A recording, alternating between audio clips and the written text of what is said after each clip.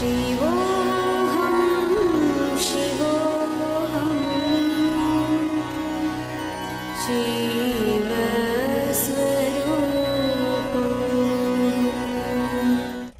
seers of ancient India have talked about the supreme swan or the Paramahamsa. Born with the ability to fly minutes after it pushes itself through its shell, this supreme swan soars into the sky without touching the ground. People of great spiritual realization have always been called supreme swans or Paramahamsas, for they attain the state of inner bliss and enlightenment before getting caught in the web of world's reality. They are enlightened souls who have received the truth of the universe and communicate it to the rest of humanity. They live in God or the Eternal and inspire us to move in the right direction, to become like them and attain the same state of bliss achieved by them. Through them, millions of people have experienced spiritual upliftment and attained salvation. From time immemorial, India has been the land of spirituality and holiness unmatched by any other country in the world. India has given birth to great Paramahamsas, mystics, saints, and divine avatars who have consistently delivered this world from darkness to light. One such enlightened master, exuding divine grace, overwhelming compassion, and unfathomable spiritual knowledge, all at a very young age, is Paramahamsa Nithyananda. Koti Surya Swarupinam Ananda Ganda Ishwaram Bhakta Hridaya Nivasinam Nithyanandam Namostude. Koti Surya Swarupinam Ananda Ganda Ishwaram Bhakta Hridaya Nivasinam Nithyanandam Namostude. Neelagandha Pranava Varma Paramahamsa Nithya Raja Raja Dhyana Pita Nitya Puri Bhagavan. Neelagandha Pranava Varma Paramahamsa Nithya Raja Raja Dhyana Pita Nitya Puri Bhagavan. Neelagandha Pranava Varma Paramahamsa Nithya Raja Raja Dhyana Pita Nitya Puri Bhagavan. One of India's most enduring personalities, he has won the hearts of millions with his simple philosophy of eternal bliss and meditation as the true path to self-realization. Working towards a society of bliss, his simple teachings and meditation techniques work towards creating an atmosphere of equal vision, balanced mind, righteousness, cosmic love, divine knowledge, spiritual upliftment, better emotional health, and creativity in every walk of life to realize one's own self. Nithyananda was born as Rajashekharan, the second son of his parents Arunachalam and Lokanayaki, in the temple town of Tiruvannamalai, South India. Tiruvannamalai literally means Thiru Annamalai, or revered inaccessible mountain. In Sanskrit, this mountain is termed as Arunachala, or the unmoving morning star. This town, in a remote corner of Tamil Nadu, boasts of an unbroken lineage of enlightened masters for over 2000 years. Or should we say, continues to be the final destination for those in the quest of truth. Arunagirinadar, Virupakshadevar, Ramana Maharishi, all hail from Tiruvannamalai and are revered even today for their supreme efforts in reinforcing the power of faith in the Supreme Being and self-realization. 10 days after he was born, the family astrologer predicted that Rajashekaran would grow up to become a Raja Sannyasi and guide the world, something his parents were not happy to hear.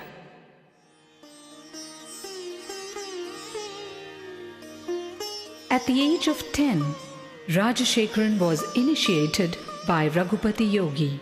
In his moment of initiation,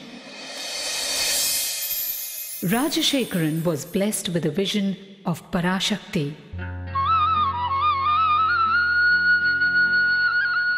He went home and carved the vision he had in soapstone.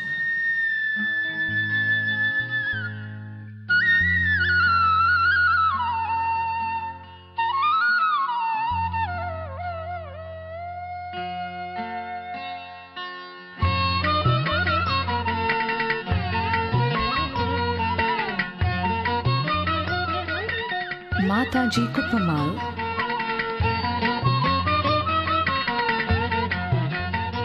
a deeply pious friend of his grandmother, nurtured his growing consciousness with apparent insight into Rajashekaran's greatness. One day, Rajashekaran was found etching a complex shape on a copper foil. It was the sacred Shri Chakra. The Shri Chakra is believed to be a diagrammatic representation of the cosmos. Shri Ramana Maharishi, Shri Ramakrishna Paramahamsa and Sharada Devi were sources of inspiration for young Rajashekaran. At the age of 12, on the sacred day of Buddha Purnima, Rajashekaran had an intense encounter with the divine, an out-of-body experience that was to change the course of his life.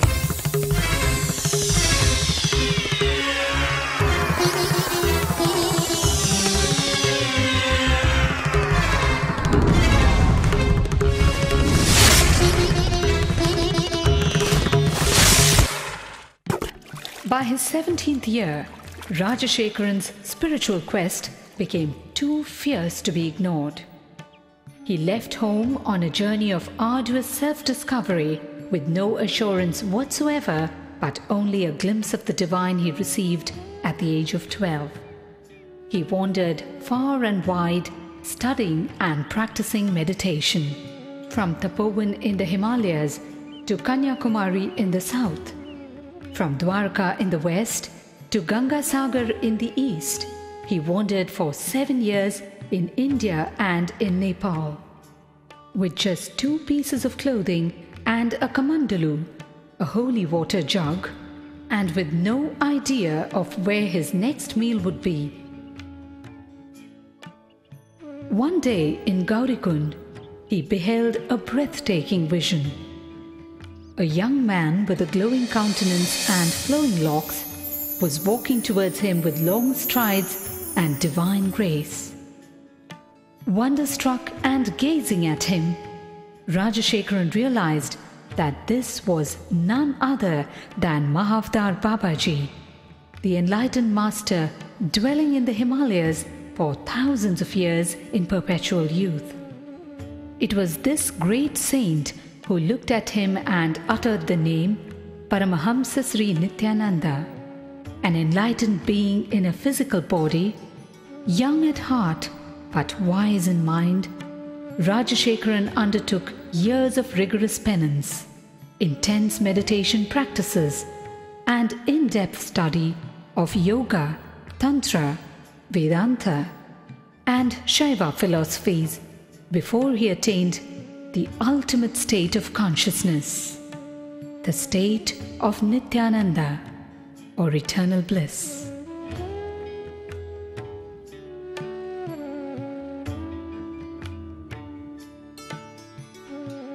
Word of the charismatic saint rode the winds in every direction. People visited Nithyananda from far and near. Effortlessly, he won their hearts. The time had come, and Nithyananda was ready to execute the real purpose of his divine birth, the purpose as a guru. as a master to the entire humanity. Guided by divine vision, Nithyananda soon reached Bidadi on the outskirts of Bangalore, where he found the place of his ashram. 20 acres and a 600-year-old sacred banyan tree, as revealed in his vision, he spotted without a doubt. On that divine soil, on January 1st, 2003, was inaugurated Eternal-Nithyananda, his movement for meditation and inner transformation. Eternal-Nithyananda stands on the divine soil on which this mission of compassion has come alive. The ambience is a perfect blend of tradition and modernity. The lifestyle of the ashramites speaks of a revival of the ancient Vedic system.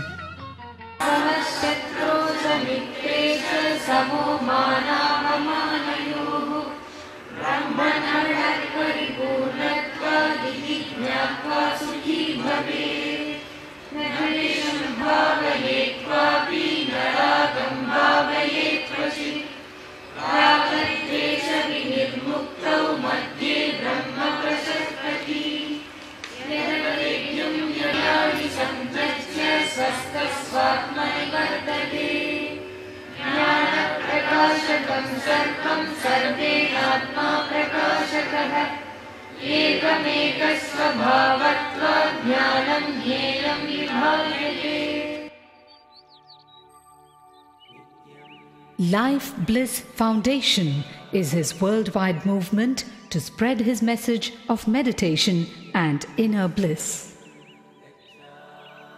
With its spiritual nerve center in Bangalore, India, and its Western Hemisphere headquarters in Los Angeles, USA, it operates through 1,000 centers and over 78 upcoming ashrams in 30 countries, causing transformation of humanity through transformation of the individual. Paramahamsa Nithyananda, today just 30 years of age, is an inspiring personality and enlightened master of our times.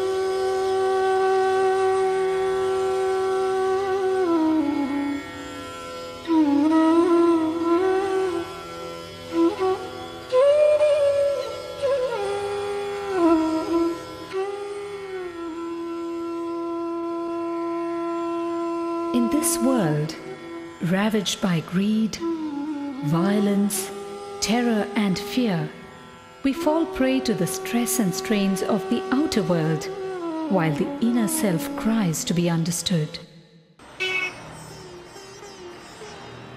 We are not just citizens or passport holders. Deep within, transcending our social personality, is the core of our being, is the divine energy which is our true nature. Time and again, masters have emerged to show the way and demystify the very purpose of existence. Paramahamsa Nithyananda is one such realized master. Person who creates formula to reproduce the understandings of the outer world. For example, Newton understood something in his life. He created a formula to reproduce the same understanding to every being, to every human being. Person who creates formula to reproduce the understandings and truths of the outer world is a scientist. Same way, person who creates formula to reproduce the experiences And the truth of the inner world is a Paramahamsa. Scientists create formulas, Paramahamsas they create meditation techniques. They create meditation techniques to reproduce the same understanding, same experience, same enlightenment which happened in them, same bliss which happened in them. How does one describe this great master? The charm of a child, the healing hands of a doctor, the compassion of a mother, the wisdom of a guru. To those who struggle under the many burdens of life, his presence itself is the answer they seek. In his arms, thousands find refuge, the ailing, the needy, and the seekers of God. The Master is an invitation to a journey inwards. In his own words, "Just allow me to light your being, then you will know that you are pure consciousness and your being pure bliss." People continuously ask me, "So are you God?" Again and again tell them, "I am not here to prove I am God. I am here to prove you are God." Nityam sharanam gacchami, dhyanam sharanam gacchami, anandam sharanam gacchami, nityanandam sharanam gacchami, nityam sharanam gacchami, dhyanam sharanam gacchami, anandam sharanam gacchami, nityanandam sharanam gacchami. Nityam charanam gacchami, dhyanam charanam gacchami, anandam charanam gacchami, nityanandam charanam gacchami. Nityam charanam gacchami, dhyanam charanam gacchami, anandam sharanam gacchami, nityanandam sharanam gacchami. Nityam sharanam gacchami, dhyanam sharanam gacchami, anandam sharanam gacchami, nityanandam sharanam gacchami. Nityam sharanam gacchami, dhyanam sharanam gacchami, anandam sharanam gacchami, nityanandam sharanam gacchami. Nityam charanam gacchami.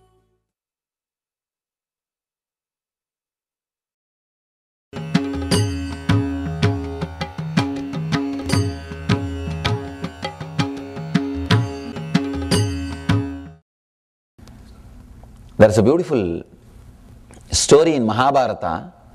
It's called Yaksha Prasna. There was a demigod who had a quiz program with Yudhishthira, was asking all questions. And this demigod asked, "What is the greatest surprising thing in the planet Earth?"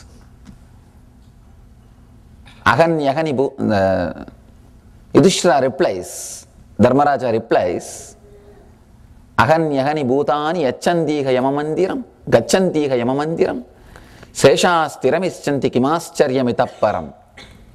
It's a beautiful Sanskrit verse. He says, every moment, every day, we see so many people going to Yama's abode, means dying. Even then, every soul, every person who lives here thinks that he is not going to die. Only others are going to die. He is going to be here forever. Something which gives you that confidence. There is some energy, something which is constantly giving you the idea that you are going to be here forever. That is what we call Atman. Every one of you, every one of us experience that self, but unfortunately not all the time.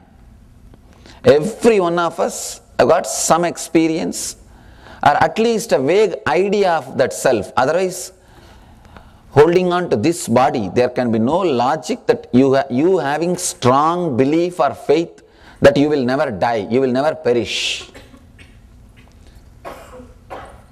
Even holding this body, you have some idea, some one corner. How many times you try to remind, at some part of your being, corner of your being, that idea is there that you won't perish.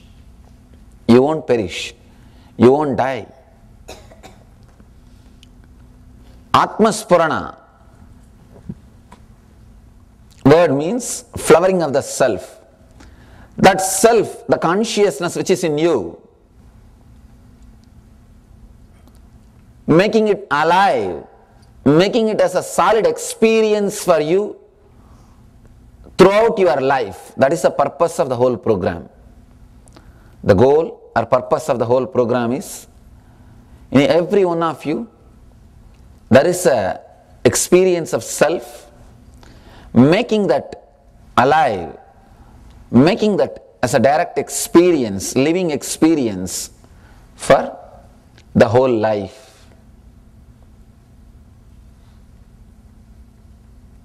This whole program is based on Taittiriya Upanishad.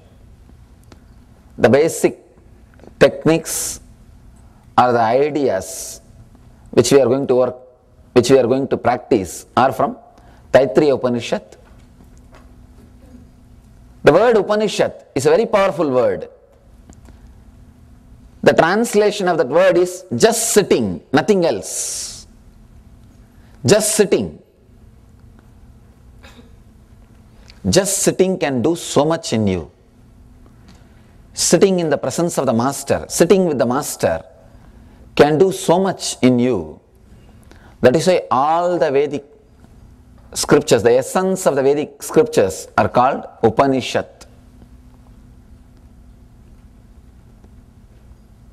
If you have done our first level programs like Ananda Spurana, LBP, Nithyananda Spurana, all these programs, they are all technique based. Technique based means you will be taught some techniques here, you can practice here, you can go back to the home and practice there. Technique based. The effort you put, that much you will grow. That will become experience. It happens. There is a next level program. If you have done Dhyana Spurana or Nithyanandam, they are all no technique based. There won't be any technique. Just the understanding. Understanding itself can add so much to you. Just a simple understanding. Changing your idea about yourself and the world and the cosmic energy. Jiva, Ishvara, Jagat. If your ideas about these three changes, you will just transformed. You will be transformed. This is a second level. Now, this program is neither technique based nor no technique based. It is neither technique based nor no technique based. Technique based means you will learn something to be done here and you can go back to the home and practice. You will not receive anything like that now. You will not receive anything which you can practice in the home. No. No technique based means just understanding, nothing else. You will not be doing anything. But now, it's not that you are going to keep quiet. It's neither technique based nor no technique based. It is called process. Alchemy. When you sit with a master, the Upanishad, when the sitting happens, some strange process starts happening in you, which can neither be called as technique nor no technique. It's literally like a cooking, boiling. By tomorrow evening, you are expected to be completely boiled.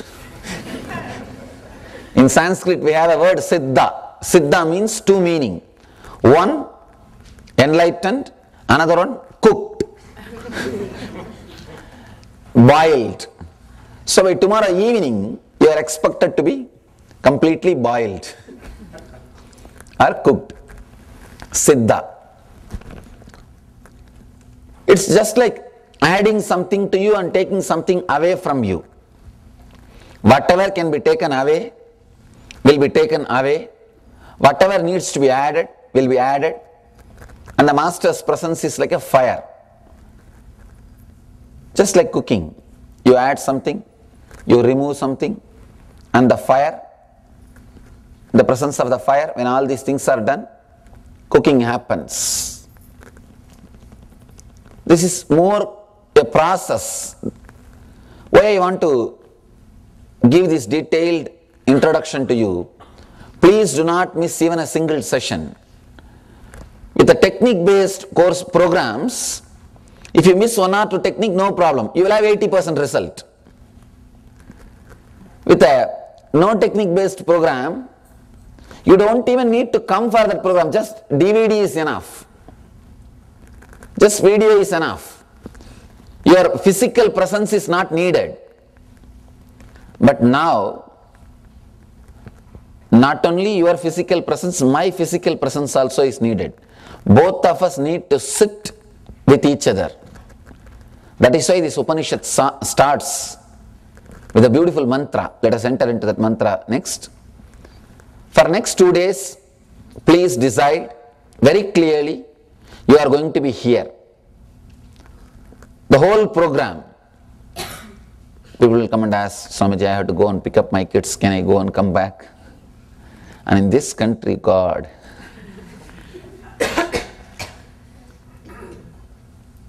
in India we do this Atmaspurana 4 days. But you know, in this country, even if God comes, He has to come in the weekend. If He comes in the weekdays, please give your mail ID, we'll get back to you.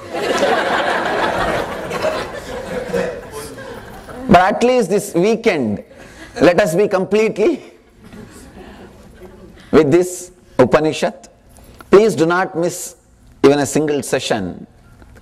Just be with the whole flow. You can be relaxed, no need to be very serious, or of course if you are checking out, then you will be serious. Too serious, trying to constantly judge me, what I am doing, what I am doing, what I am doing. Don't bother, relax. I am already judged by 1.2 million people around the world.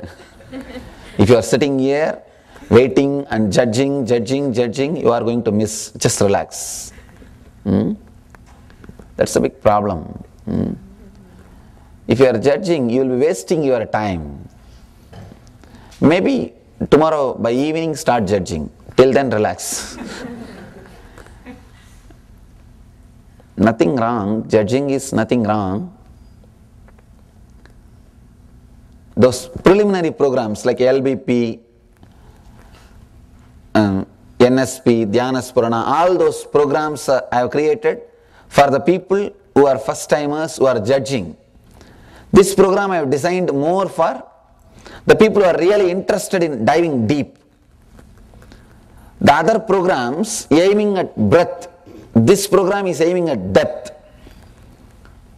So, unfortunately, if you have not done any of the checking out programs earlier itself, decide not to waste your time. Decide.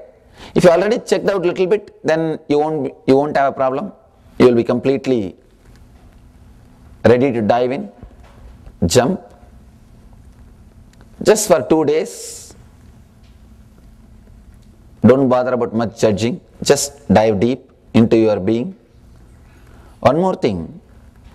You will not even be able to understand anything about me unless you dive into the technology I have created. Otherwise you can't judge. Unless you yourself have one experience, you can't understand whether I had it or not. Only when you have some experience, you can understand. So even if you want to judge me, jump completely inside. Only then you will be able to judge properly. If you are standing outside and judging, then you are a critic, not a seeker. Two way of looking at things. Understand? A positive doubt. Maybe what he is saying is right. No, nothing is right. Two way of looking at things. If you just have that maybe, that's enough. The scientist's mind, a beginner's mind, how a scientist approaches a theory, same way approach with a beginner's mind, then so much can happen, so much of work can be done. Otherwise you will be just sitting and wasting your time and my time.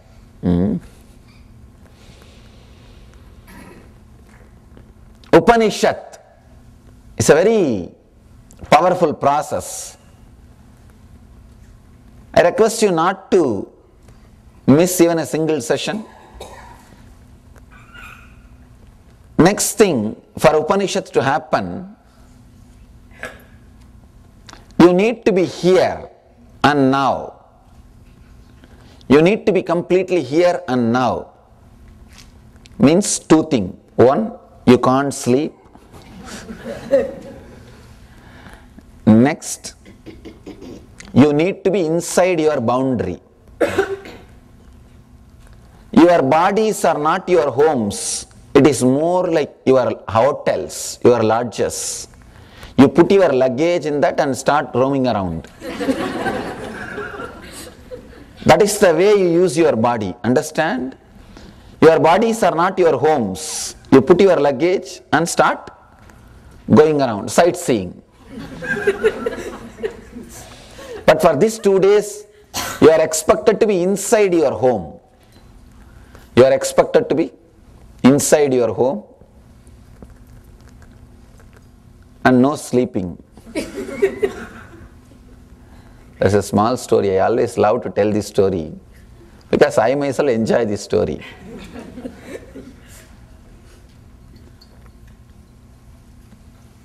One great preacher, a man who is preaching the name of the God all over the world, and a wild taxi driver, maybe from Chennai or New York or Calcutta. Calcutta is number 1. Maybe Chennai gets number 2, then New York. The other day I read the CNN, I was seeing the CNN, they say that the driving license, some written exam was there. New York drivers are the lowest score. I was surprised. India means they wouldn't have appeared even for exam. In Calcutta or Chennai, you can't even expect them to come for the exam. In Chennai, they may come to receive just the license. In Calcutta, you have to go and deliver the license and come back. Even to give the license, you may have to go to their home.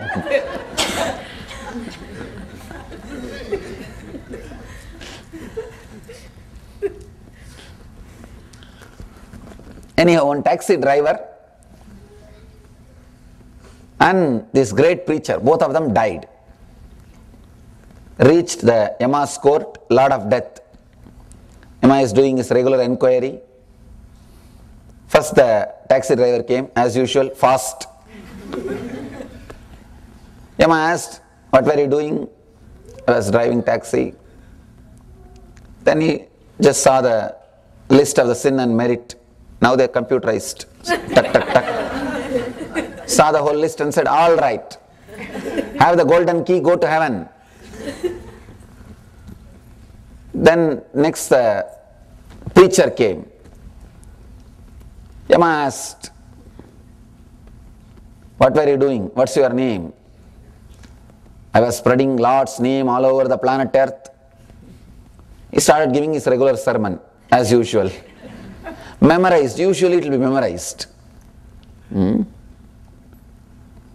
And Yama said, stop, stop, stop, relax. Then he saw the list of sin and merits. He said, I think you need to go to hell. The moment the preacher heard this, he started shouting, what? Just for a taxi driver you gave heaven? How dare you send me to hell? I'll sue you, maybe from West, from US. Shouting. Preachers are professional shouters. That is another one thing. Shouting. Yama said, relax, here up in the heaven, we don't bother what you do. We bother the result. This taxi driver guy, even though he was driving taxi, he was so wild in his driving, people who were sitting inside the taxi and outside, all of them were praying for their life.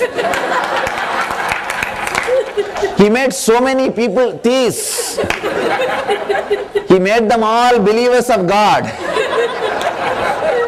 What he does is secondary, but the effect of his action, he converted many of them into believers. But you, even though you were preaching in such a way people were sleeping. Understand, the problem is, if you sleep now, when I go there, I will have a problem. May not be for your sake, at least for my sake. Don't sleep. When I go there, I'll be given the hell's key. So at least for my sake, no sleeping. We are going to directly deal with how you are living. So now, we can't afford to sleep. Neither you can afford to sleep, nor I can afford to sleep. So both of us have to remain awake. Do something. What you will do is up to you. But we can't afford to sleep. Because there are so many things involved with the sleeping. When I go there, I'll have a problem. At least for that sake, I can't let you guys sleep. Second thing, first thing, no sleeping. Second thing, sitting inside your boundary. This is a very important thing to be understood. Just see your life, early morning, when you get, early morning you don't get up, that is different. When you get out of your bed and start brushing, if at all, already your mind is sitting in the office, thinking about your boss, thinking about the answers you are supposed to give, thinking about the work. By the time you reach your office and sitting in the office, already your mind is in the beach, evening. Thinking about the beach or the weekend vacation. If you are in the beach, evening, already your mind is thinking when to go back to the home. It is cold, it is something this, that. The funny part of your mind is,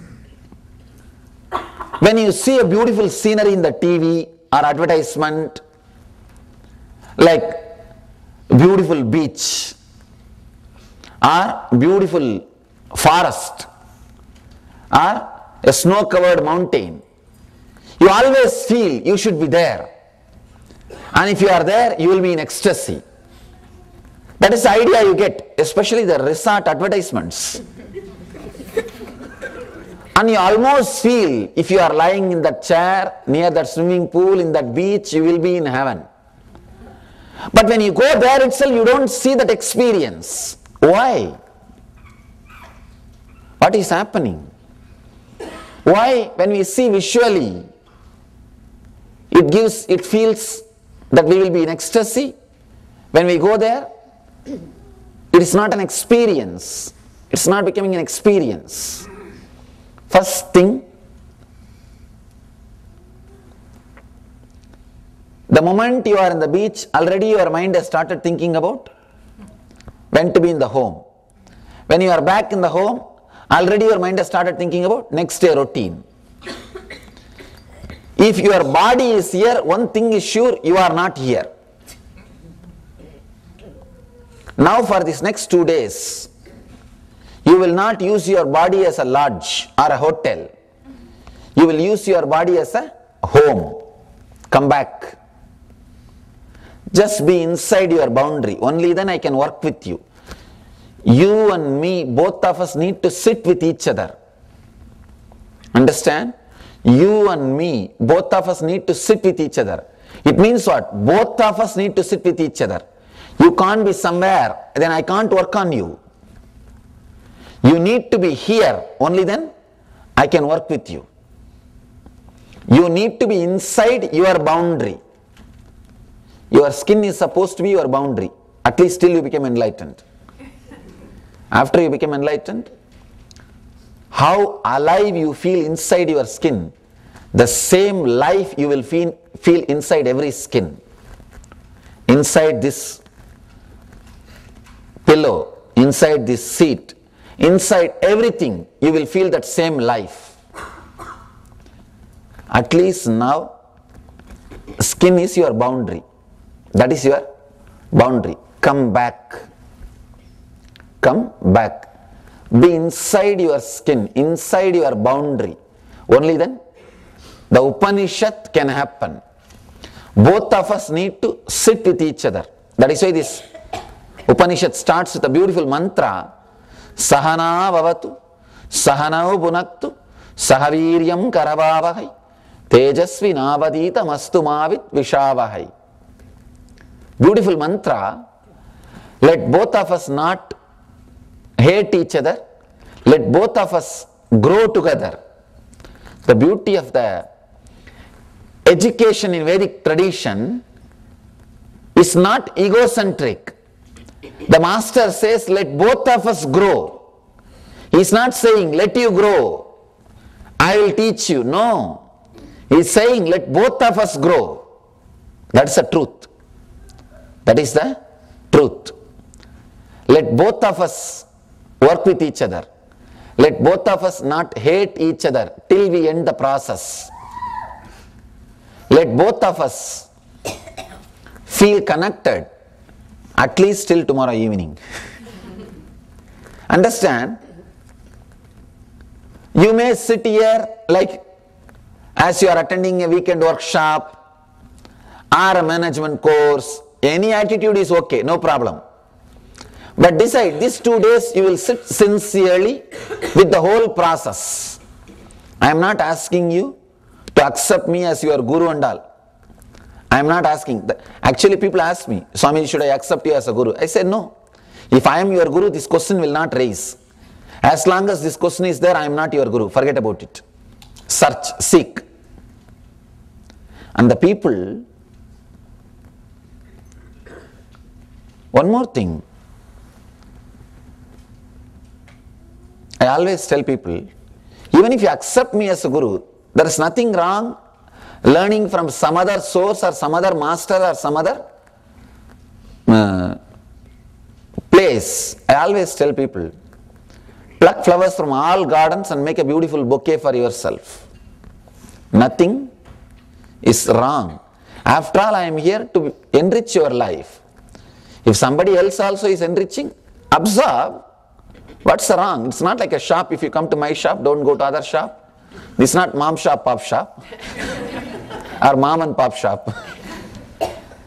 It's not a shop. If you come here, don't go there. Nothing. Enrich yourself. Wherever you can, or whatever way you can. Just these 2 days, don't bother about this or that, or with all your internal struggles and unnecessary useless questions. Just sit with a deep, receptive, prayerful mood inside your boundary. The whole process can happen. The whole process can happen. The Upanishad can start happening. Till tomorrow evening, let us not hate each other because I am going to make you do all sorts of things. Means your food will be little delayed, your sleep will be little delayed, your daily routine may be little delayed. You may face little so-called uncomforts. Do not grumble or grudge. Even if you grumble, I am not going to leave you. See, program is fixed. Either you go through with the complete acceptance or with the struggle is up to you. I have no problem. But you are going to go through. There is one option I give. If you go through without struggling, it will be a lot more easy for you. That's all. So let us not hate each other. Let us feel connected to each other. Let us grow together. That is the beauty of Vedic masters. Enlightenment is ultimate experience but not final. See, understand, the ultimate happening every moment is enlightenment. So every moment an enlightened being is exploding and growing, expanding. You may think, how can an enlightened person grow? Maybe the growing word is not a proper word. The ultimate experience happening every moment. It's ultimate. Enlightenment is ultimate. But it's not that it happens once and stops. It is happening continuously. It is right word is enlightening, not even enlightenment. It is not noun, it is a verb. That's the truth. It is a verb. Enlightening continuously, that experience is happening. That is why Master says, let us grow together. Let us grow together. Sahana vavatu. Sahanau bunaktu. Sahaviryam karavavahi. Let both of us grow together. For that, we need a simple, honest friendliness. Feeling connected, a respect for each other, and conscious decision to work together. Till tomorrow evening is enough. I am not asking whole life. No, that is too much. That is too much. Till tomorrow evening. Till tomorrow evening, let us work together and be inside your skin. That's enough. Everything else will simply start happening. The Master's presence is very powerful even if you don't understand. Whether you understand or not, when you sit next to fire, you will have that effect. You will feel that heat. Whether you understand or not, when you sit next to the Master, you will see that starts happening inside. Enlightened consciousness is much more powerful than your doubting logic. It can penetrate you. People ask me, should I trust you, should I believe you? I say no, no need. Your doubt and trust both are shallow. Neither your doubt is strong nor your trust is strong. Both are just shallow. Enlightened consciousness is much more powerful than your doubt or trust. Both are depending on your mind. But enlightened consciousness is beyond mind. It can straight away work on you. Do not bother whether you have doubt or whether you have trust or whether you have faith or anything. Sit with a deep receptive mood and the beginner's mind, mood to go through the process, mind, willingness to go through the process, and inside your skin. That's enough. We will see that the process happens. The Upanishad starts happening. I'll just give a simple understanding about how the mind works. and how exactly the Upanishad is going to help us. Let me once more explain the word Upanishad. Just sitting. Maybe if I have to give the commentary for that word, sitting with the enlightened being. That's all is the Upanishad. Let's first understand how our mind works with a simple drawing.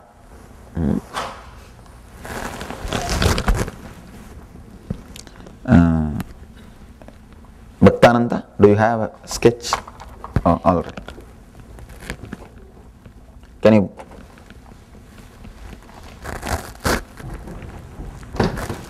This cloth is created for renunciation. You can't hold anything. That's the problem. No packet or anything. You can't tie or hold anything in this cloth.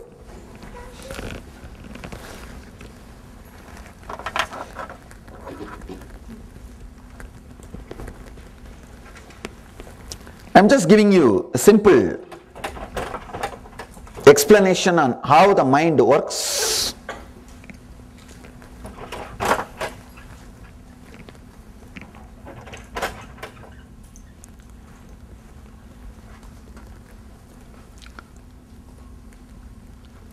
Your mind is nothing but making your future into past.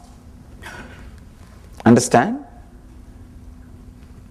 What you call as life is nothing but swallowing your future and making it into past. Am I right? It is just every moment constantly you swallow the future and make it into past. The future becoming past is what you call your mind or whatever you know as life. Nothing else. Just a time shaft. The past.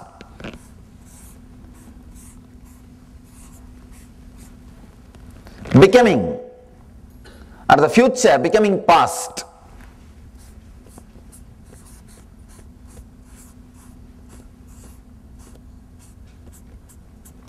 Future is entering into past. The space where this future and past meets, that is what we call present moment. Future is constantly entering into past, becoming past is what we call your mind. Where the past and the future meets is the present moment, this moment. Past, for explanation's sake, I am just redrawing once more time.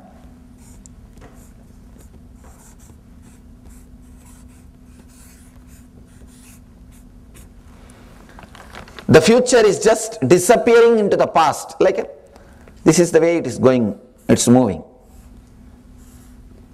Understand every step you need to understand completely, only then you will be able to go with it. A little bit of introduction about the mind is good. This is like a user's manual, owner's manual for mind. Not even users, owner's manual. Usually many people don't use, that is different.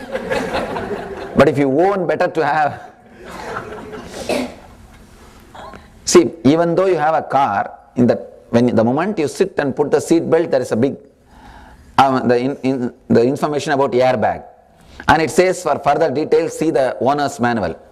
How many of us have referred the owner's manual about the airbag? At least with airbag it is okay, even if you don't refer, because it is going to be useful only when you have the accidents. But if you don't have the owner's manual for mind, you will create accidents. You will create accidents and you will not even know that you are going through accidents every day. So better to have owner's manual for mind. This is the present moment where the future is disappearing into past. This moment maybe we can call as a present.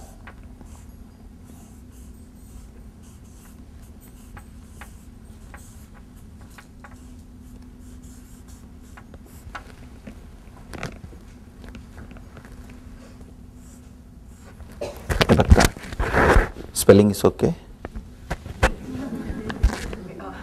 Spelling is right? Okay. Because in the law firms, the best kept secret is that senior lawyers have forgotten how to argue. Because they have just started managing, only juniors go and regularly argue. Just like that, I forgot how to write because I am not writing. I am only speaking. Sometime I have to refer the spelling. Anyway, in the laptop, no problem, the spell check is there.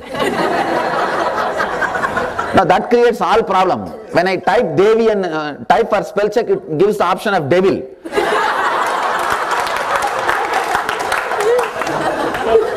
Because it can't read the Sanskrit words.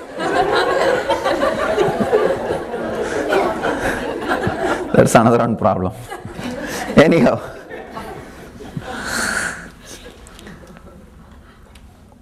Your mind, understand now these few statements, if you completely grasp, you will realize the truth. Your mind is nothing but jumping from past to future and past to future. Am I right? Thought is nothing but jumping from past to future or future to past.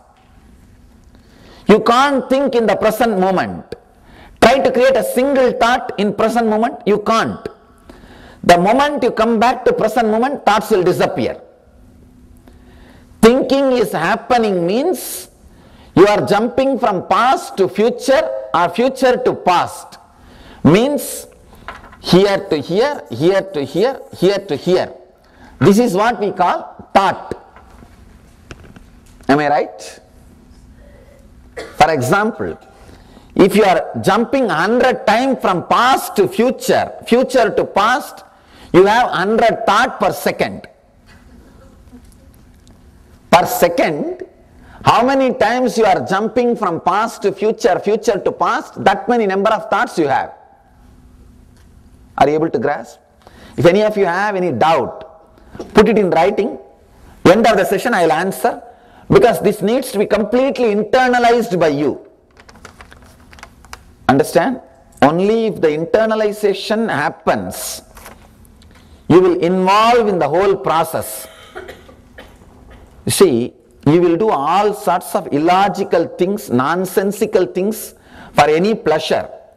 But even to move one hand for spirituality, you will have 1,000 questions. And you think you are very intelligent. Now that is the problem. See, for other things, you will do all sorts of things without even bothering, and even if your logic says it is not good. Many people come and tell me that smoking is bad, I know, but I am not able to drop, what to do? I have to give honey. Usually I energize and give the honey for de-addiction. Anyhow, even if you know it is not good, your logic says you will do when it comes to pleasure. But when it comes to any meditation or spiritual things, even a small thing, you will have too many logical questions, and you think because of that, because you are asking all logical questions for spirituality, you are very intelligent. Or you have the pride, I don't believe in superstitious things.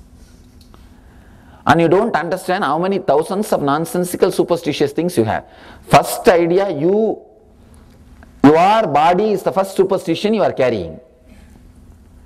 Instead of looking into those big superstitious things you are carrying, the small things you think as a superstitious things. Anyhow, now at least internalize this so that you will be ready for the process. You will be ready for the process. If you are jumping from past to future, future to past, 100 times per second, you are having 100 thoughts per second. Let's call it as a TPS, thought per second. 100 TPS, for example. Maybe when you are having 100 TPS, you will be away from the present moment. Am I right? This is the present moment where the future and past meets. If you are jumping too many times, that's what is going on now. Naturally, you will be away from the past, away from the present. You will never be in the present moment, because in the present moment you can't think. There won't be any thought. In the present moment, if you come back to present moment, there will be only beautiful silence. The more number of time you are jumping between past and the present and past and the future, more number of thoughts. For example, 100 TPS means you are completely away from the present moment. What is happening in the present? Nobody bothers. Even if I am standing and talking here, you just pick up one thought and compare with what all you heard in your past lectures, discourses, classes, what you read. You will be now sitting and having a big comparison notes and you miss all other statements. Now that is the problem. See, I am not saying whatever you heard is wrong or something, but now sitting and analyzing is wrong, because you are going to miss my next statement. If you are sitting here, and the problem with the so-called spiritual seekers is well read, and completely confused, thoroughly confused, well read, and you can't do anything to help them, because any statement I make, now this fellow will be sitting and having 10 dictionary and 10 references. In that book it says like that, in that book it says like that. This guy will be doing two things, either referring all these things, and if all those books also says the same thing, or if he finds some relationship, he will say, oh, what he is saying is right. Or if he does not find right quotation or matching, this is not right. I think he doesn't know completely. He is too young. After all, he is young. Leave it. That's the problem. See, whether you say yes or no, by comparing notes, you are not going to grasp. Even if you say yes, you are going to miss the other statements which I am making. By the time you finish your analysis and come back, I have already gone 10 steps ahead. Now, just keep all the things which you read, studied, heard, one corner for 2 days. When you go back, you pick it up. I am not saying completely to throw away, just for 2 days. Go into it completely and understand, internalize. If you are jumping between this and that, you will be away from the past, away from the present. Maybe, fortunately, sometime you do some meditation or some pranayama or some kind of a technique. Then maybe if you bring your TPS down, means the jumping between future and past to 80 TPS. 80 thoughts per second. 80, instead of jumping 100 times, you jump 80 times. You come down a little bit towards the present moment. Am I right? If you do something else and jump and reduce the jumping to 60, you come down a little more to the present moment. And if you reduce it to 40,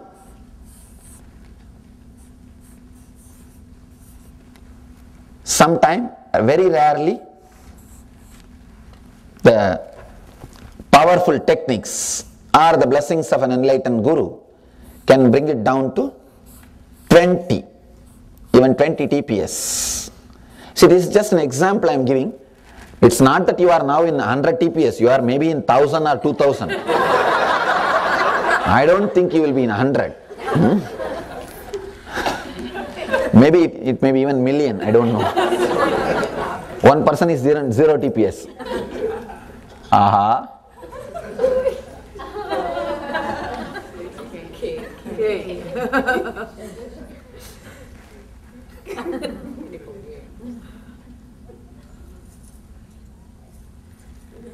Sometimes even silence, people wake up. Wake up call happens. Oh, she is beyond that source also. Okay. See, my talking sometimes feels like a lullaby. So you feel nicely relaxed and taken care. When I give the break, suddenly you understand something is wrong. And you wake up. And the fun part is when these guys wake up, first thing they will do is looking at others. If you are looking at others, understand you are the person who slept, not the neighbor. No, that is the fun part. And sometimes these guys they will be just sitting and sleep. First they will start with let me listen with closed eyes. They will have the justification, I am meditating and listening. And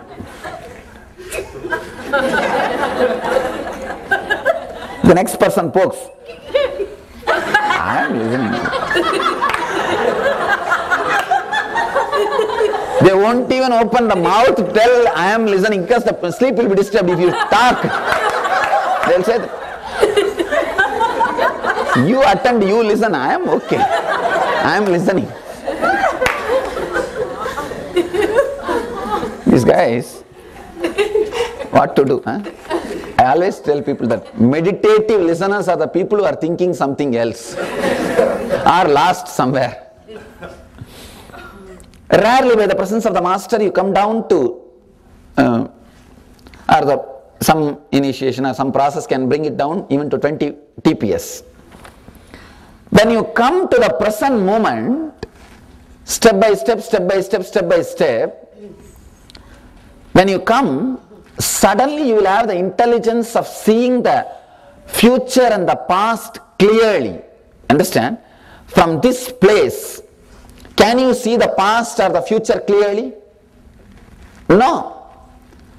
You can't even see the past or the future clearly. When you come down, you may be able to see a little better. See, from here, you can see only like this much, maybe that also. From here, little more your vision will improve. From here, 60 TPS you may improve, little more. From 40, little more. You may be able to see. When your TPS reduces, you will have the intelligence to see the past and future. One important thing, now it feels like I am giving you a big promise. If you come to the present moment, you can see your future. So naturally it looks like a big promise or too good to be true. Let us analyze one important thing. Sometime when you are in a party, suddenly you will think that some person is going to come in next few minutes and you will see that person is there. And sometime when telephone rings, suddenly you remember somebody whom you did not remember for 2 years, and when you pick up the phone, that person is online. When a doorbell rings, suddenly you remember a relative who has not come to your home for 5 years, or whom you have not forgotten for 5 years. When you open the door, that guy is standing there. How many of you had this kind of experience at least once or twice in your life? Wow. Understand? If it happens, but when it happens, what do you do usually in the mind? A coincidence. Am I right? If it happens in one person's life once, it can be called as coincidence. Am I right? Practically now 98% of you say that you had this experience. When 98% of you had the experience, how can this be called as coincidence? You can't brush this aside in the name of coincidence. Am I right? If 98% of the people are experiencing, how can that be called by the word coincidence? No. Then you need to change the meaning of the word coincidence. Coincidence means what? Rarely, in some 1 or 2 person's life, which happens, may not. But now, the evidence says 98% of the people. In 98% life, 98% of the people, in 98% of the people are experiencing means, how can that be called as coincidence? There is something more than coincidence in this thing. We can't brush this aside just in the name of coincidence. This is what we call intuition. Means, when that doorbell was ringing, or when that cell phone was ringing, maybe sudden jerk or some reason your TPS dropped. When the TPS drops, it can drop even by force sometime. When TPS dropped, you are able to see the future, next 5 minutes of the future clearly. You had the glimpse of time shaft. This is the time shaft. The future disappearing into the past. When the TPS dropped, it can drop at any moment by sudden, when something suddenly happens, when your mind is not capable enough of processing that information, suddenly the TPS drops. When the TPS drops, you saw the future. Just you had the glimpse of the future. Next 5 minutes, what is going to happen? I think you are able to connect with what I am saying. That is the reason you are able to see or think who is going to come or what is going to happen. See, suddenly a doorbell ringing, or the cell phone ringing, or even if you are really relaxed and happy, sometime in some parties when you don't have your direct relatives, your in-laws, you may be completely relaxed. Maybe suddenly the TPS has come down. That is the reason you had the glimpse of next 5 minutes of your future. If your TPS falls accidentally itself, you have the glimpse of your future.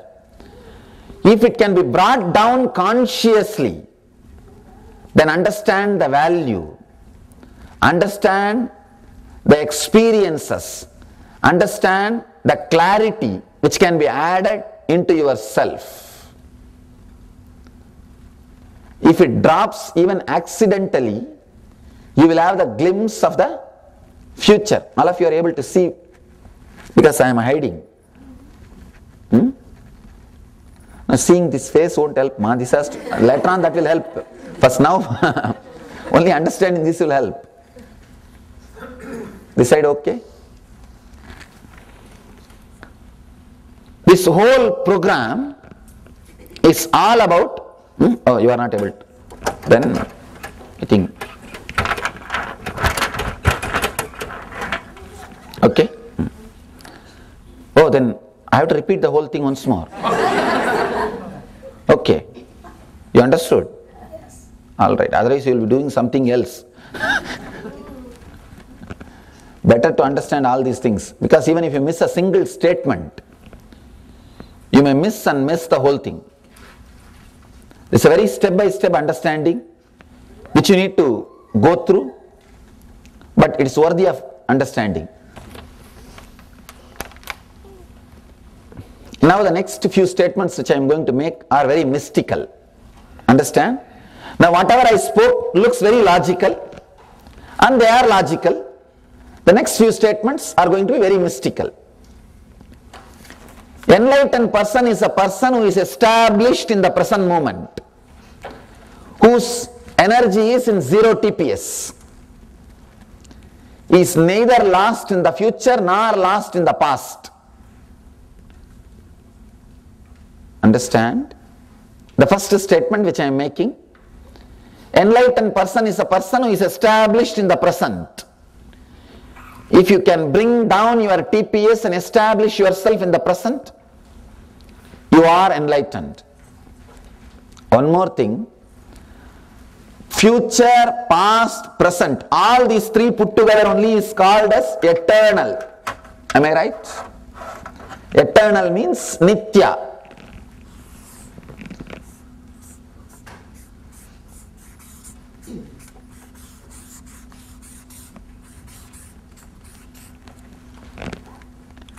Eternal. You can touch the eternity only in the present moment. See, the eternity itself can be touched only by present moment. You can't touch the eternity through future or past, because both of them does not exist directly under your control. Past, you can't catch the past. It's not there. You can't catch the future. It's not there. You can touch only the present moment. If you want to enter into that eternal bliss or the present moment, enlightenment, the only way is to bring down your TPS to the present moment. To the present moment. One thing, enlightened person is a person who is established in the present moment.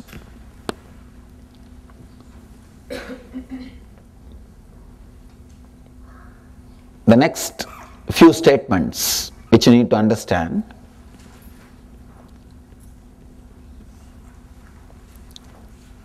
If you are in 100 TPS, you are in the presence of a being who is in 0 TPS, means the present moment. Something happens in you. Your time shaft also starts slowing down. This is what I was saying, very mystical. Understand? Very mystical. The person who is in 100 TPS, if he comes and sits with a being who is in 0 TPS, suddenly the TPS drops drastically. Fortunately, enlightened person's TPS can't be raised by you. Only you can be dropped by him. Fortunately, he can't be raised by you.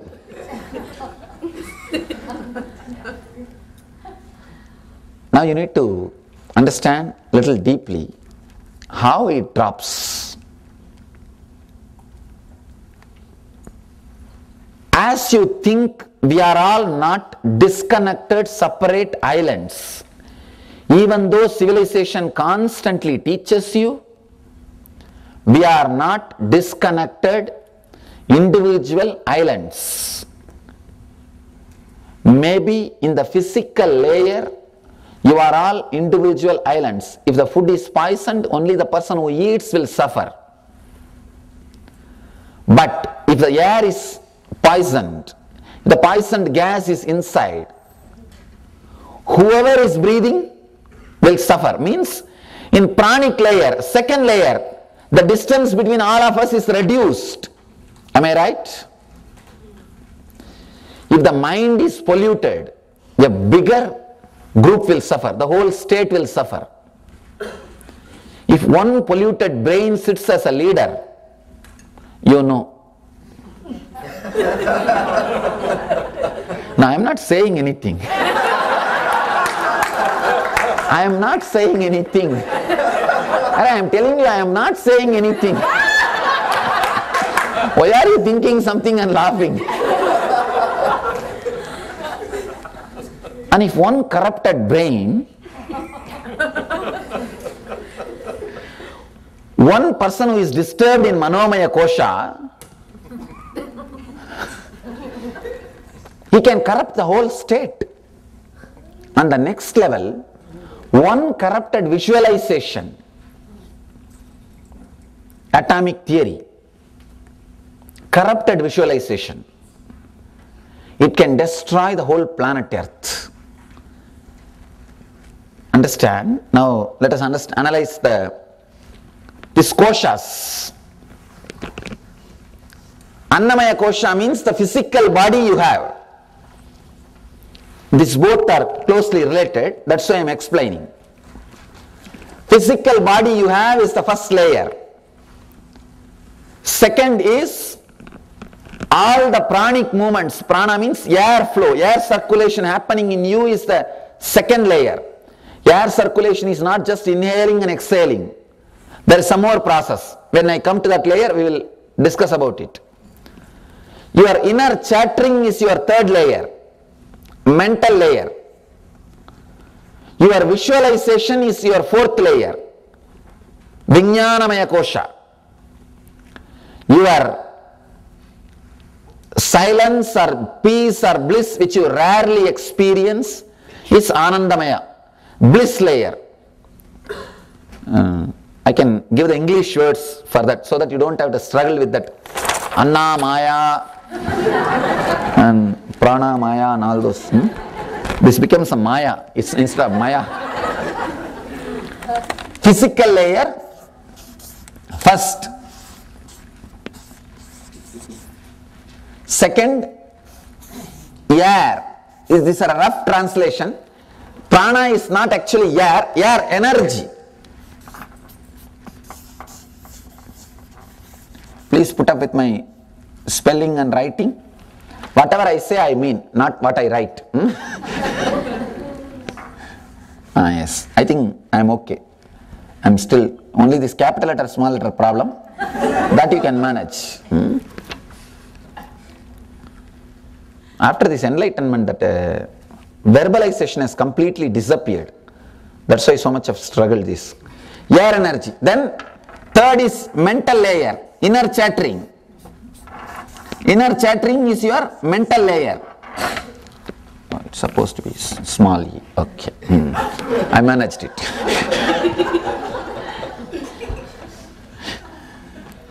One nice thing with enlightenment is you can manage any situation. Somehow that spontaneous intelligence will come, you can manage any situation. And the fourth is visualization.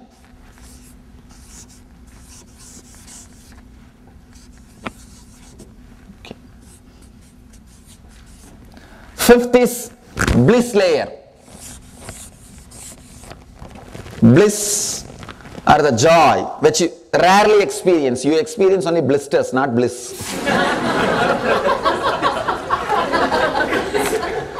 Bliss is very rare thing.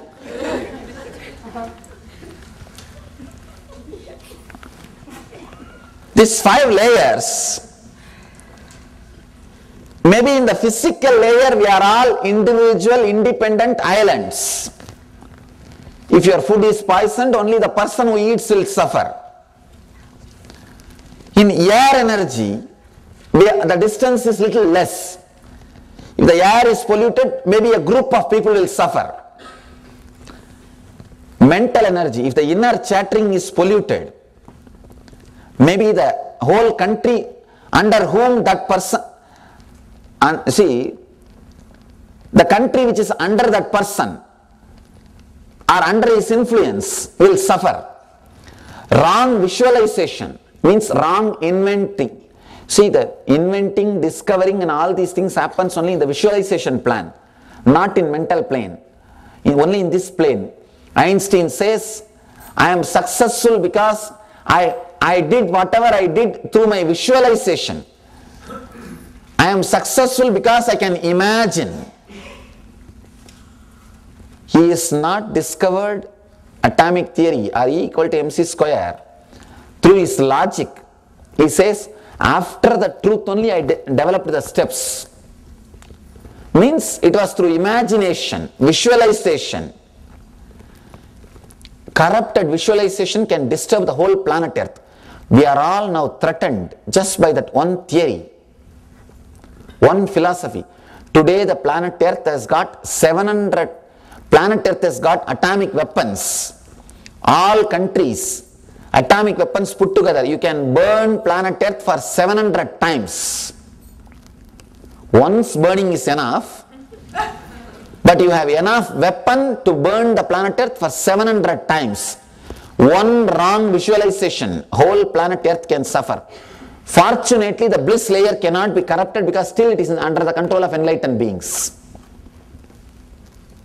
Otherwise, long before the planet Earth would have disappeared, the cosmos would have perished.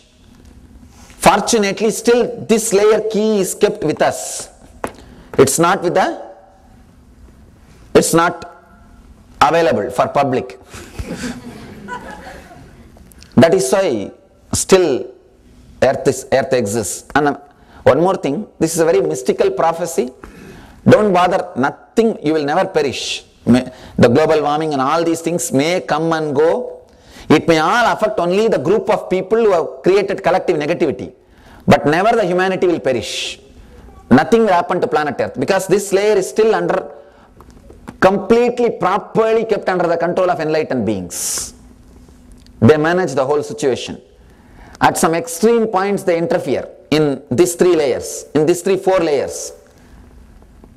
So anyhow, all you need to understand is you are not islands as you think. When you come under a corrupted mental layer, whether you want or not, you are suffering. Am I right? Yes. Same way, when you come under a pure mental layer person, a great leader, whether you want or not, you will have all the plus and joy and the positive things created. Am I right? Yes. Same way, whether you want or not, when you come under the presence of a person who is in the bliss layer, your TPS will come down. Are you clear about the whole thing? Whether you want or not, when you come under the presence of a bliss layer person, TPS drastically drops. That is why we say Upanishad, sitting with an enlightened being who is in the bliss layer, brings your TPS down. Question. For all of the other attributes, if let's say you are at a good mental energy, you meet somebody who is in a lower mental energy, it affects you. How come that doesn't happen only for the bliss energy? So because the person has gone beyond the mind. He has entered into non-return zone. Fortunately. You understand? As long as you have mind, you will be disturbed. With the bliss energy, enlightened being, there is no mind to get disturbed. There is no mind to get disturbed. Rivers can dry up. Ocean cannot dry. He has become ocean. The river has entered into the ocean. That is why, instead of somebody else affecting him, he affects everybody. Person who can't be affected by others, but who affects everybody is enlightened being. Whoever comes in his presence, they are all affected, but he never gets affected. Apuyamana machala pratishtam. How the Gita says, established in the self. Anyhow, you are clear about that? The TPS coming down happens when you sit with the master. Then you may ask, then let us sit for half an hour and go away. Why 2 days unnecessarily? The problem is because you forgot how to sit. I have to teach 2 days just to make you sit. That is the problem. If I ask you to sit, you will be either sleeping or restless, or you may start doing some japa or some mantra or something. No mantra, no technique, nothing. Just sitting. You forgot the art of just sitting. In Zen they call it Zazen. Just sitting. You forgot that. Just sitting is no more part of your being. To teach that just sitting, it takes 2 days for me. Because you know everything except sitting. Except just being. That is why I had to work 2 days to bring the TPS as down as possible. You can call, when you are in this 100 TPS, you are in Annamaya Kosha, physical layer. When you are in 80, you are in pranic layer, air energy. When you are in 60, you are in mental layer. Means when the TPS comes down, step by step, you go to the inner, deeper and deeper layers. When the TPS comes to 0, you are in bliss layer. You are in Anandamaya Kosha. Now, we will sit with Master in every layer. We will open up every layer and try to sit with him, so that too many ways we are trying to reduce the TPS, to bring the frequency down, to reduce the thoughts per second. The whole process which we are going to do for next 2 days is sitting with a 0 TPS being, so that it can drop drastically. And there is one more step. You can also balance yourself to come down, to reduce the TPS and to sit with him, because you forgot how to just sit. You learnt everything except sitting. Now we are going to do something just to stop you doing anything else. We will be doing something. Why? Otherwise you will be doing something else. Just to stop you do something, just to stop you do other things, we will be doing something. We will be doing something. So that doing only I call it as process. That doing only I call it as process. I think all of you are clear about the basic things.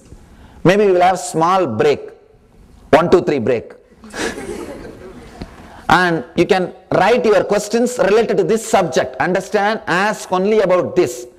I don't want your questions about whether it is, there are so many, especially these guys, the moment I tell them to ask questions, first question, Vastu is true or astrology is true, or will this stone work for me or that stone work for me?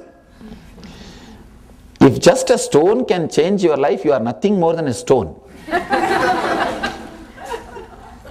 Anyhow. And no other questions, please put only on this signs or whatever I spoke now. Maybe all other questions I will answer evening or tomorrow. All your FAQs. There is a set of FAQs. If Indians are there, I know the set of questions. If Westerners are there, I know the set of questions. And if NRIs are there, there is a different kind of questions. So, all those questions I will answer maybe by today evening or tomorrow morning. Now, we will analyze only this subject, so that we can enter into the process. We can enter into the process. 100 TPS is physical layer, 80 is air energy layer, the 60 is, this is just an understanding. Don't think exactly, no, I am in between 61 and 60, which layer I am caught. Don't ask all those doubts. This all will be from the professional seekers. Now in the West there is a group of people, their profession is seeking. Nothing else. Their whole day profession is just going here, going there, doing this, doing that. They will find some stone, some pendulum, something, this, that, some crystal. They will say, oh, this is radiating energy. I could feel the energy. I could feel the energy. Somehow I didn't feel anything.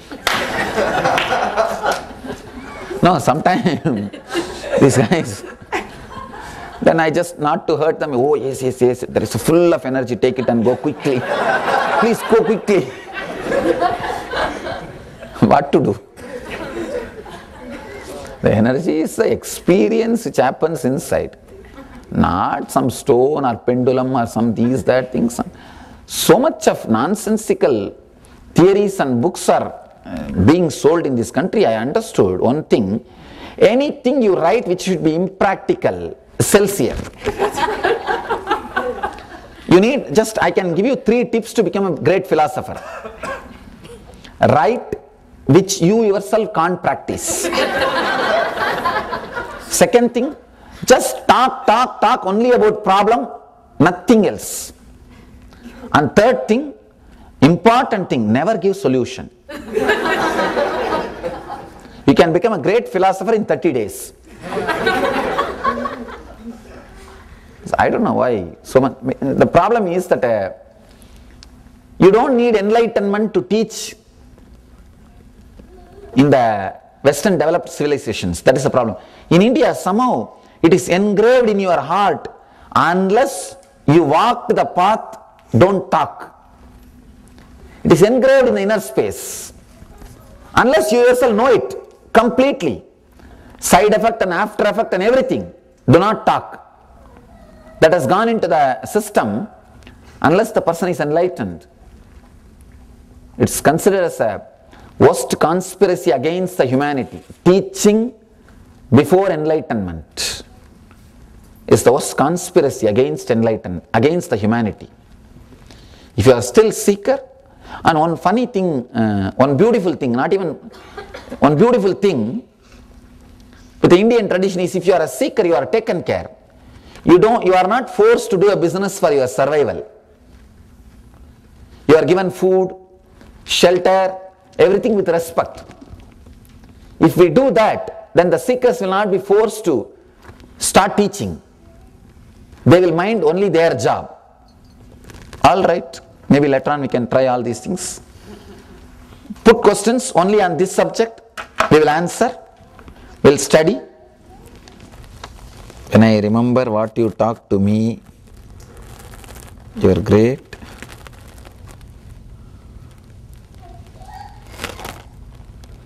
I am not able to read one word. Assuring words. I feel connected and in bliss. Does it mean that I am thinking of the past and living in the present? No, you are living in the present. Bliss can never be felt based on past. How can I prepare myself psychologically for enlightenment? See, your psychological preparation has no significant place in enlightenment. Enlightenment is straight away blasting you. Whether you are going to have one candle in the house or not going to have that candle is no way going to bother blasting the whole thing. So your psychological preparation is nothing more than one candle. That may help till I blast you. That's all. After blasting, whether you have it or not, is neither going to help and nor going to disturb. So your psychological preparation is not a too big thing. See, your psychological preparation will always be done with your mind. So that is not going to do big difference. Don't bother about it. Does enlightenment seem far away simply due to my own fear? That's what. Your own fear is the only problem. Don't bother about that. Just relax and sit here.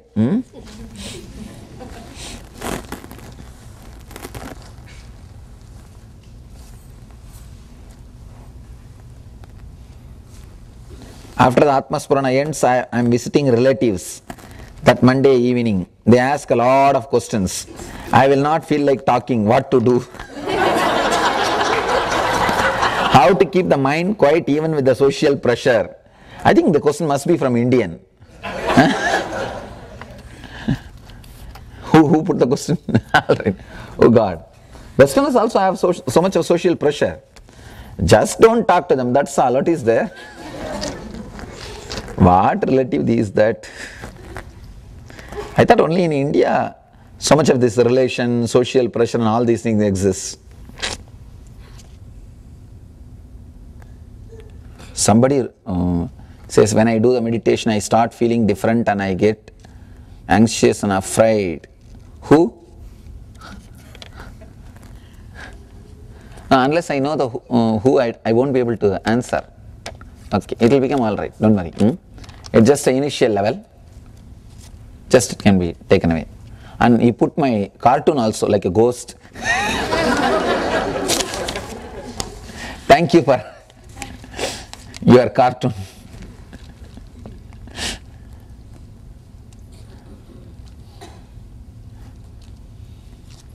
Somebody is asking, are you the Kali avatar? Whether I am avatar or not, don't bother, just You realize that you are avatar, that's all. Oh, no question related to this subject. Huh? There are some questions there from the box, which I put to the side. At the clock. Near the clock. On the table. You had it. On the table.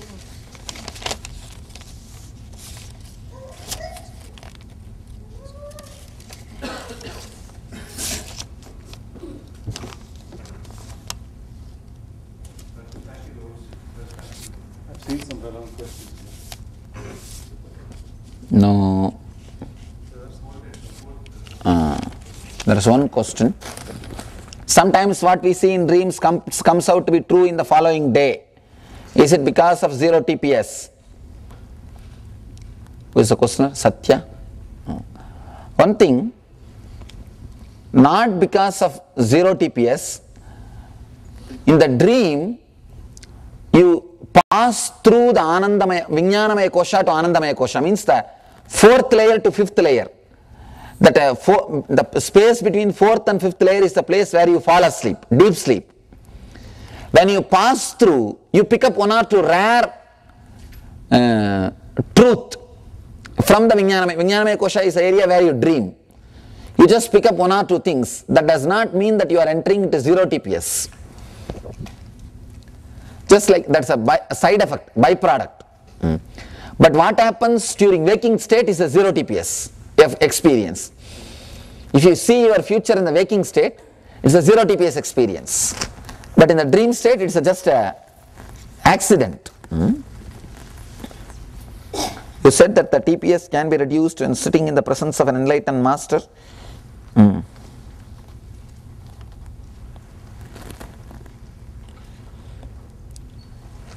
Now you said that the TPS can be reduced when sitting in the presence of an enlightened master. You are here, and when we are able to reduce our TPS in your presence, apart from this method, is there any way in which we can reduce TPS in day-to-day life? Nitya Dhyan will create the master's presence. So that is the meditation I prescribe to bring your TPS down. Maybe by tomorrow evening you can learn that. Now let us go through the process. I just want to push you at least once to zero TPS. At least one moment, one glimpse. Then we will talk about the technique to carry that same smell, that bliss with you.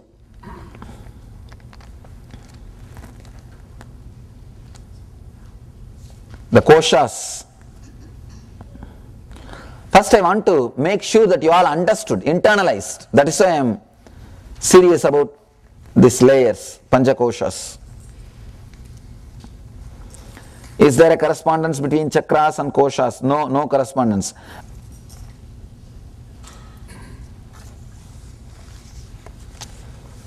If to be in the present implies in not thinking, then how could a scientist or wise man make decisions and still live in the present moment? Whatever they discovered only in the present moment without any thought. It was like a revelation. So no great decision is made in the past or future. If something is made like that, it is not great decision. That kind of decision, what it does to the society, you will know. You said that enlightened beings will interfere when there are destructive visualization that can put in danger to our planet. In this case, so is that these enlightened beings did not interfere with the bombings of Hiroshima and Nagasaki. It was too small to be interfered by them. When it really threatens the whole planet Earth, they interfere. There have been many times during last 2 years, zero TPS, expansiveness, bliss, spaciousness, but mind identity always comes back out to fully established in zero TPS. Without returning mind, identity, ego.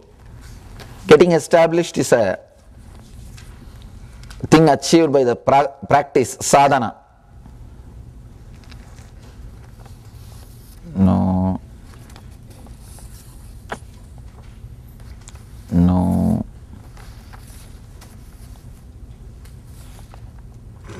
Somebody is asking, artists have high TPS or low TPS? They have low TPS. Artists come down even to 40 or 20.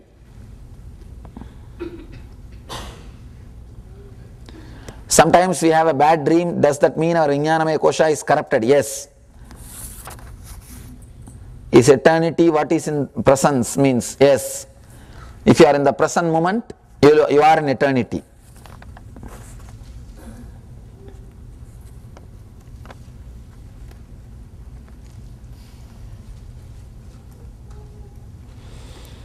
I understand that I can have 0 TPS only in your presence or when I become enlightened person.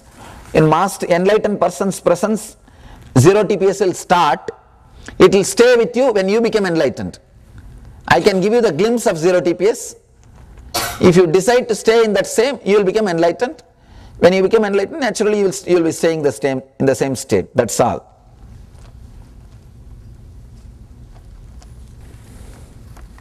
Is 0 TPS, keeping 0 TPS at 0.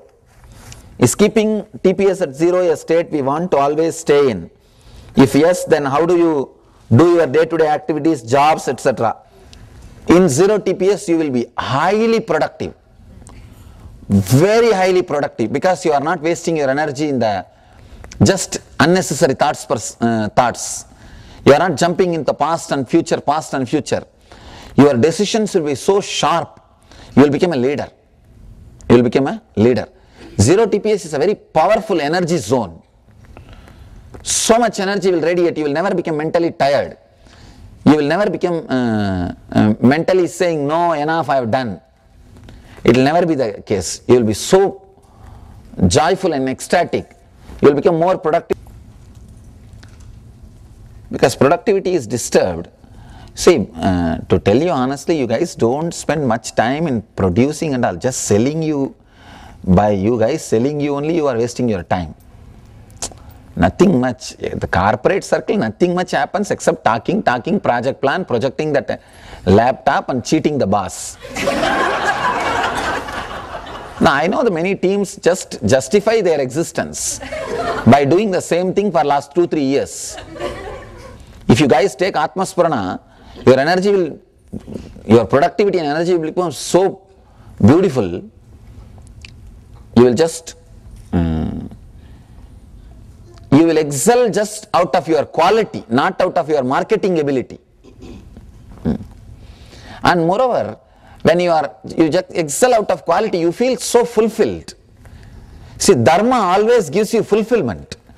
The person who honestly works, instead of wasting his time, you see, the person who sells himself can become, he can get into the politics and may even raise to the high level of post, promotion and all those things. He will never have fulfillment. Very shallow, vague,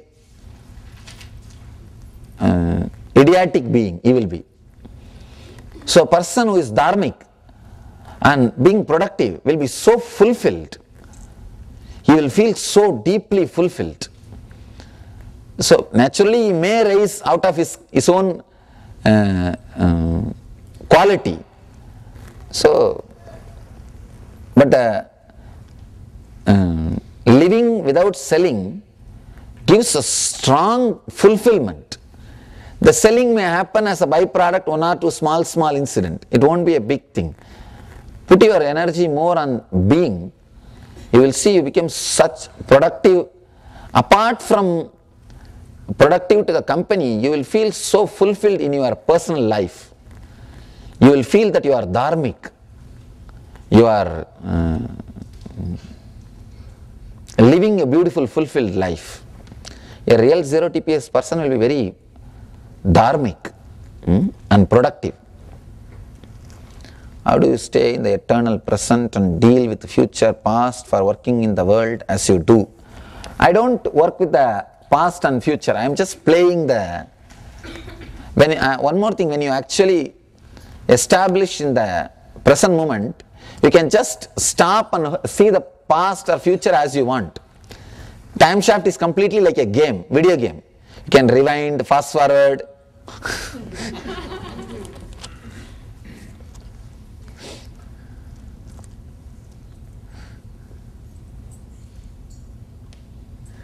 If some old people are going to talk about good experiences or bad experiences again and again and not accepting the present, how will it affect the younger generation who is also pulled into it? I think you are talking about your in-laws or grandparents. Somehow, when the present is not enjoyable for them, they are caught in the old. And they will catch you and start telling you all the stories. That is another one big difficulty. In 1963, when I was in the army, and these army retired guys, most dangerous fellows. In India, I have seen only those few guys, they will start telling every story, and the problem is they will tell the same story every day. They won't even think that grandkids have a little memory. Just because I can't speak back or I can't shout at him, because in the end of that story they will give a little candy or something. So we will have to be sitting and listening to the whole same story. Sometime I will shout, no, I know the story, I can tell you the story what you told. You say, no, there is something new. No, he thinks he is confident enough to build something new, but he will not be able to even do that.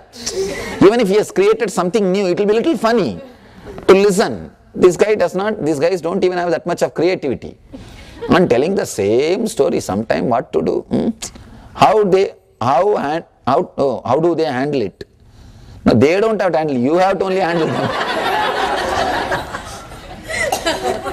What to do? Nothing much can be done. Only thing you have to decide to renounce or sacrifice the candy. But that I realize now only. Not at that time. No other way you have to go through. If you have a brief glimpse into the zero TPS, why do we bounce back into the mental or physical layer soon? Why can't we go deeper and experience the bliss completely? Only I have to ask you. You are asking me. I should ask you, when you can have one glimpse, why don't you go into the bliss layer and be in zero TPS? You only want to come out, you are coming out. Maybe your samskaras, engrams, engraved memories again and again bring you out.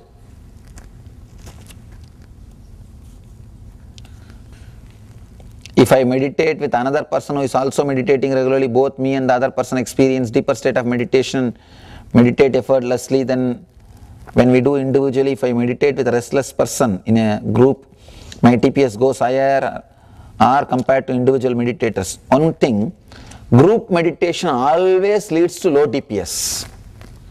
It always leads to low TPS. Especially in our satsangs, I have given a promise, wherever my people sit and meditate, I will be there. Wherever my people gather together to talk about me or to listen to the talk from me, I will be there. Wherever my people dance, I will be there in the midst, dancing. So, group meditation will always bring down your TPS. Don't bother about it.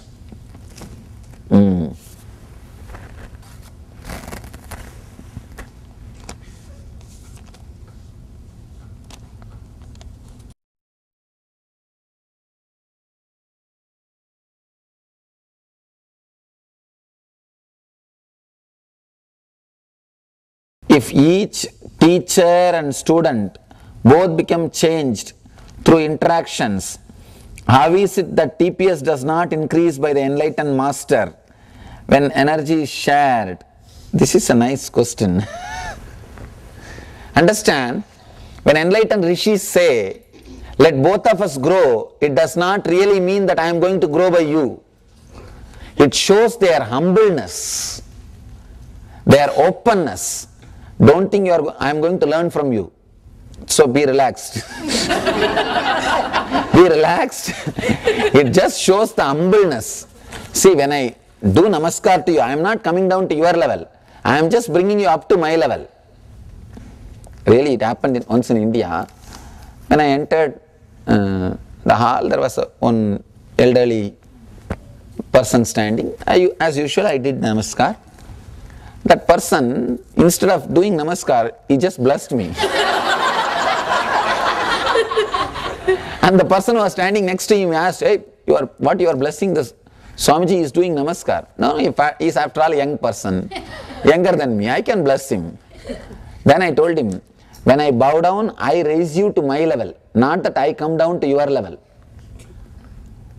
So, relax, I am not going to learn from you. You are going to learn from me, that is the truth. When masters say that, it shows their humbleness and openness and respect for you. That does not mean, of course, if I have to learn from you, what will happen to me? You will reproduce you on me. So don't bother about it. Who put the question? Okay, nice. All right, I think other things I answered.